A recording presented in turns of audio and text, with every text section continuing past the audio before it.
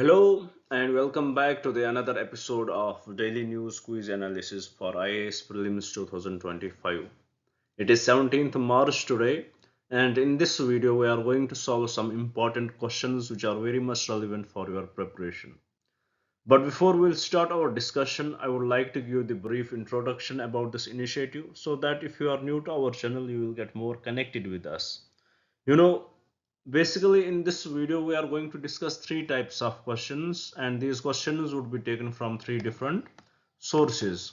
So depending on it, the first set of questions which we are going to solve here would be taken from the current affairs.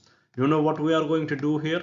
We will take up the most important articles from the newspapers. We will try to break them down into the simplest language possible, and we will try to derive the possible prelims question from those particular topics so that it will give the idea which part of the newspaper is important for you, what should be your approach when you are reading these news articles, and how you can expect a possible prelims question from those particular topics. This is what we are going to do in the first phase of our discussion.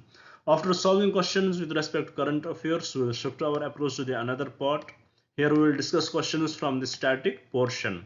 As you know, currently we are discussing Indian polity, and in Indian polity we are discussing the Parliament of India, and in Parliament of India we are discussing Rajya Sabha. You know, our approach is very much discrete, taking every topic. We are taking topic wise steps here. We are taking discrete steps here, and today we are going to discuss few related topics to Rajya Sabha, and we will derive prelims possible questions on those particular topics so that it will give the idea how exactly a question can be asked in the exam, and it will prepare you well for that. So after solving questions with respect to current affairs and the static part, we will shift our approach to the last part of our discussion. Here we will solve previous year questions. To me, this is the most important part, because in here we will learn how exactly the UPSC frames the papers for you guys. We will learn what is the vocabulary they use for framing your papers. We will learn what are the different trends they try to follow for framing your papers, and at the same time we will learn how we can implement different methods in the exam if we don't have the proper knowledge of the question, and also we'll learn how we can implement this knowledge in the upcoming exam. So this is in a nutshell what we are going to do in this video. Now before we will start our discussion, I would like to request you guys, please do subscribe the channel. When you subscribe us, it motivates us to work more hard on these topics and provide you best information possible. So please do subscribe, do acknowledge our work by subscribing us. Do share it with your friends so that they may also get benefited from this initiative if you are getting, and please do write in the comments what else should we bring for you guys. With this, let's have a look at the first question which we have brought today. As here on the screen, the question is basically about the impact of atmospheric pollution on solar photovoltaic electricity generation. So why we had brought this question here, that we will discuss after solving the question. First we will try to derive the answer to this question here. Here the question says, consider the following statements regarding the impact of atmospheric pollution on solar photovoltaic electricity generation. First statement: increased particulate matter in the atmosphere can reduce solar irradiance reaching photovoltaic panels through scattering and absorption. 100% correct. Here I can show you by an pictorial representation. For example, this is an panel, and there are aerosols present. There is atmospheric pollution present here. Aerosols are present, and we know when solar light reaches these aerosols, these particulate matters, and the solar light will tend to scatter here, and because of this, less amount of light would reach to these panels and less energy would be generated. So definitely increased particulate matter in the atmosphere can reduce solar irradiance reaching photovoltaic panels through scattering and absorption. 100% correct. So first statement is 100% true. Second statement: the deposition of pollutants on photovoltaic panel surface, known as soiling, primarily affects solar energy generation in arid and semi-arid regions. 100% correct. Nothing wrong with the statement, as if there would be pollution, which soiling would be there, it would be polluted. This panel would be polluted. Definitely the insulation will not reach to the photovoltaic the insulation will not reach to the photovoltaic panel, and it will not generate the energy, and it is mostly found in arid and semi-arid regions. So second statement is also true. Third statement, it says increased atmospheric temperature. Increased atmospheric temperature caused by pollutants always increases the efficiency of solar PV panels. No, this is exactly incorrect. This is opposite of that. For generating this energy from the photovoltaic cells, or we can say for generating this solar energy, we need few more conditions there, and one of that is that the temperature should be very much normal. It should not increase up to certain level, and if the temperature increases up to the certain level, the capacity of the photovoltaic panel to generate more energy decreases. So definitely increasing atmospheric temperature will definitely lead to less, will definitely lead to less efficiency of the solar PV panels. So third statement is totally incorrect. So with respect to this question, the correct statements are statement 1 and 2 only, and from the code grid below, the correct code would be option A. So with this, I hope you had understood the question here, and by understanding this question, it would be now easy for you to understand the context of this question. Basically there was a news article in the newspaper which talked about how air pollution will lower India's solar generation capacity. This was an article here in the newspaper, and these are exactly the reasons how it will lower the capacity of India to generate solar energy.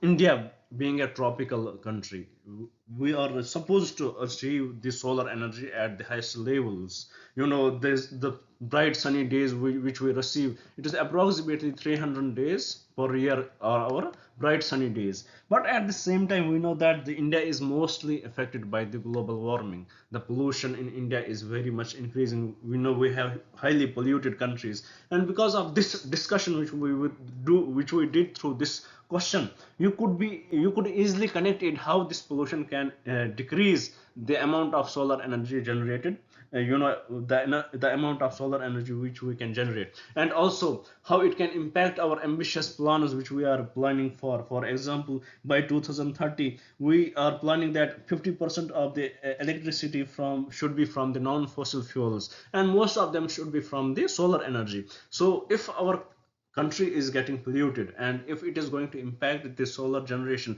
so definitely it will impact the ambition of our what we are planning for. It will definitely impact our ambitious plans, and also at the same time we should know that you know we should at the same time we should know that how right now every country is trying to move away from the fossil fuels. So solar energy is one of the solution to that, and for the tropical countries it is one of the major solution for that. But at the same time we have to we have to go through we have to go through these we have to some way either control the pollution or upgrade the technology so that we can still generate the energy what we need right now. So this would be the way forward to this, either upgrade the technology or move away from the pollution. Our country is moving forward in the both directions. We are trying our best to move away from the pollutions, but at the same time we have to invest in R&D and upgrade our technologies, upgrade to that level that this does not affect our solar generation. So this is in nutshell what was in the news, and also by this discussion I hope you had understood the question as well as the context here. Now with this, let's move to the another slide and see what question we had brought there. Here, as you can see, the question is with respect to significant challenges facing the public health education system in India. Basically, this was the direct topic in the newspaper, and whatever we discuss in the statements here was in the newspaper there. So this question itself became, there is no need to go to the context because this is what was in the news article. So let's solve the question here, and we will get to know about the challenges facing public health. What are the various challenges faced by the public health education system in India? First statement, it says shortage of qualified faculty and limited training infrastructure in public health institutions. 100% correct. This is one of the major issue, that there are shortage of qualified faculty and limited training infrastructure in public health institutions. Second, Curriculum often lacks practical field-based training and is overly theoretical. 100% true. The curriculum, it is not practical based, it is overly theoretical, and this was the problem issued where we highlighted by the article also.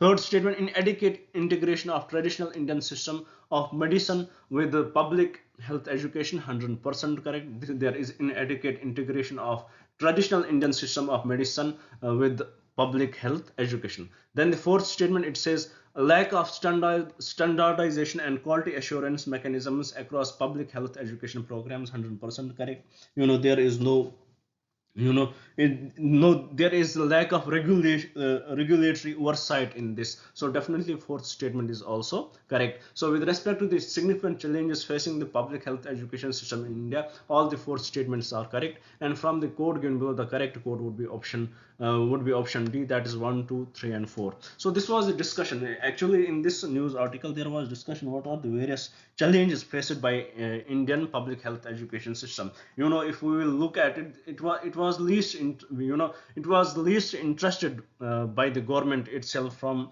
if we will go back to few decades, but after that there came there came the investments from different sources, but one thing which is very much lacking in it, that is the that is the common regulatory framework. There is no common regulatory framework. The curriculum is different, the standardization, it is not the standardization of colleges is different, so definitely there is lack of regulatory oversight.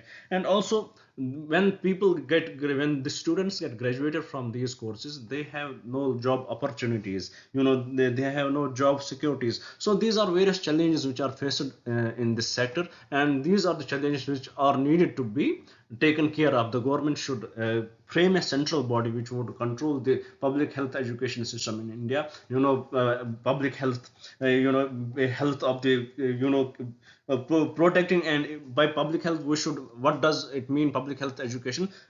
What does it mean? It means that protecting and improving the health of people and their communities. So there should definitely be oversight from the government. There should be some centralization in it, and there should be some regulatory oversight, so that there would be a direction to it. There would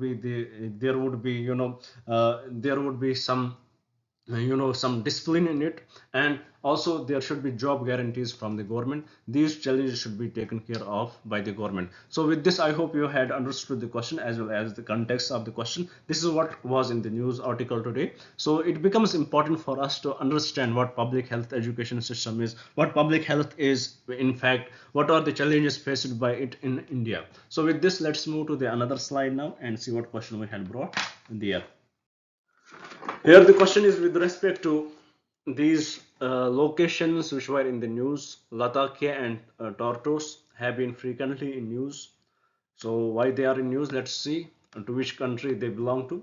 Recent the locations of Latakia and Tortoise have been frequently mentioned in news reports. To which country do these locations geographically belong? They belong to Syria. So please remember that they belong to Syria. These are the coastal areas, and these are coastal areas in Syria, and they are very important for the trade there. But one thing about these areas is they are still under the control of the Bashar al-Assad's loyalists. So that is one of the problem for the present government in Syria. They are in within few days they will come up with their constitution, so these few days are very much crucial for them. And with respect to these areas, these are very much important for them, but it is still with the loyalists of Bashar al-Assad. So let us see what will happen with that.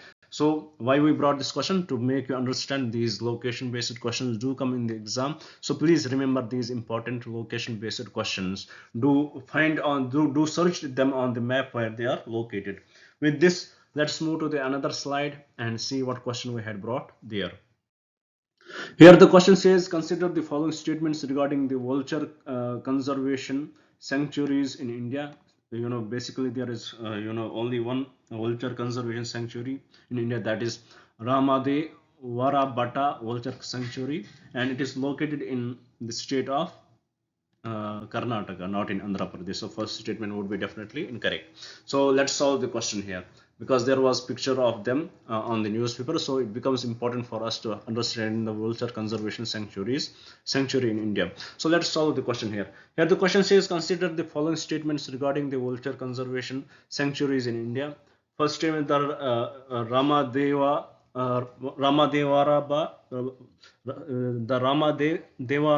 Beta Vulture Sanctuary is located in the state of Andhra Pradesh. No, it is not in Andhra Pradesh but in Karnataka.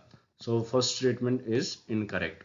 Second statement, Jorbir Conservation Reserve is known for its population of resident and migratory vultures in Rajasthan.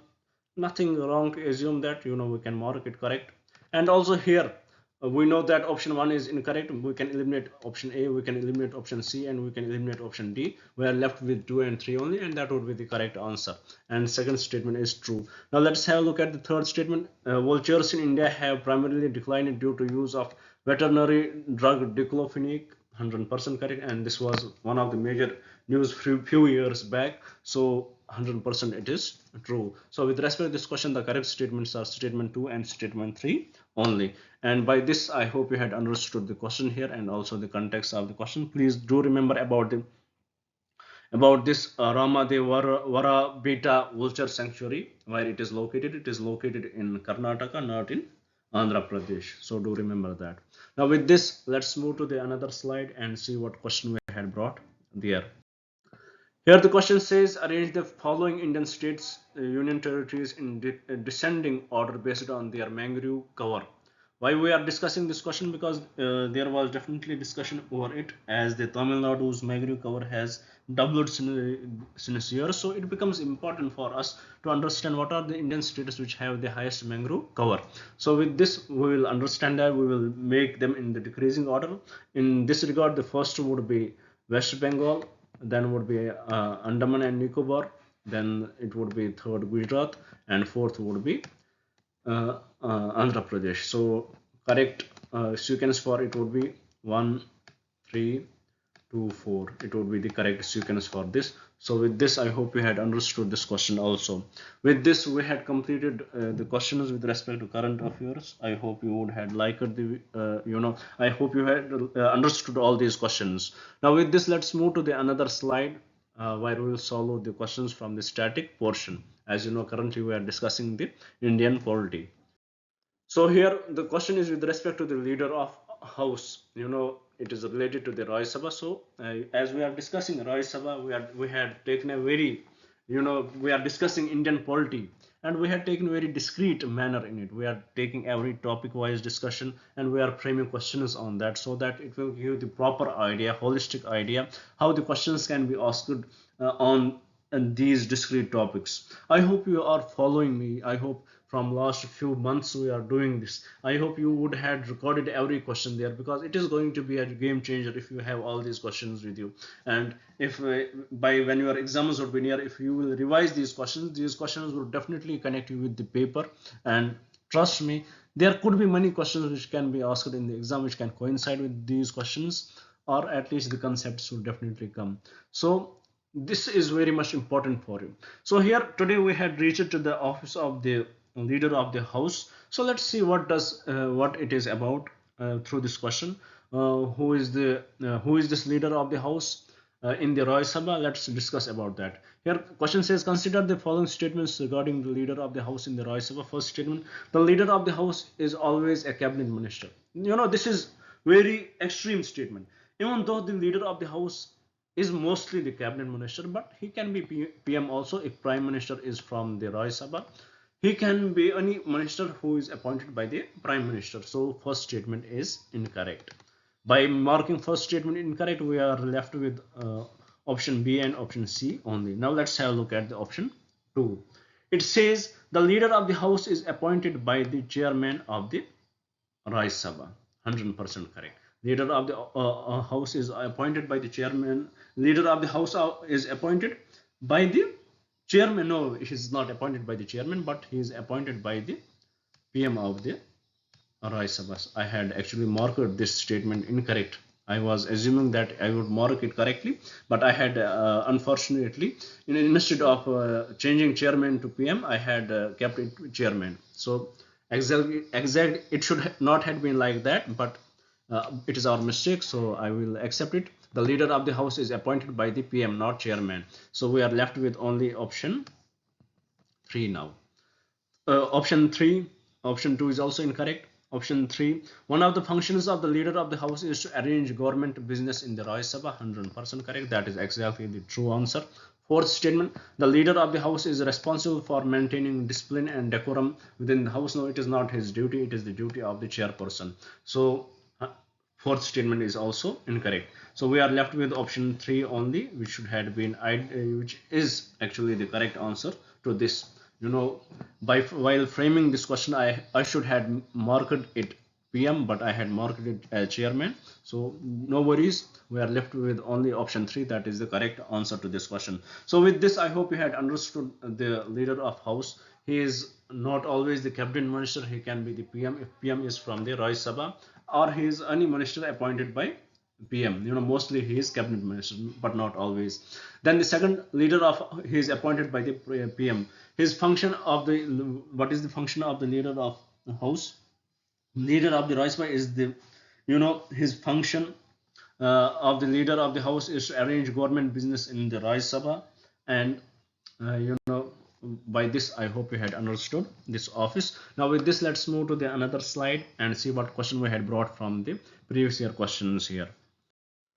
Here the question says, this question was asked in 2005, so please do remember the date. Question says, Itaipu Dam built on the river Parana is one of the largest dams in the world. Which of the following two countries have this as a joint project? So which of these, this Itaipu Dam built on river Parana is one of the largest dams in the world. So please remember that. It says which of the following two countries have this as a joint project? It is Brazil and Paraguay. That would be the correct answer. So with respect to this question, the correct answer would be option C. With this, we had completed our today's discussion. I hope you would have liked the video. I hope you would share it with your friends, and definitely I hope you would subscribe the channel. And if there is any confusion, please do write in the comments. We are here to help you. We will definitely try our best to reach out to you guys and try to clear that confusion. With this, I would like to thank you guys. Thank you for staying with me. Thank you very much and have a nice day.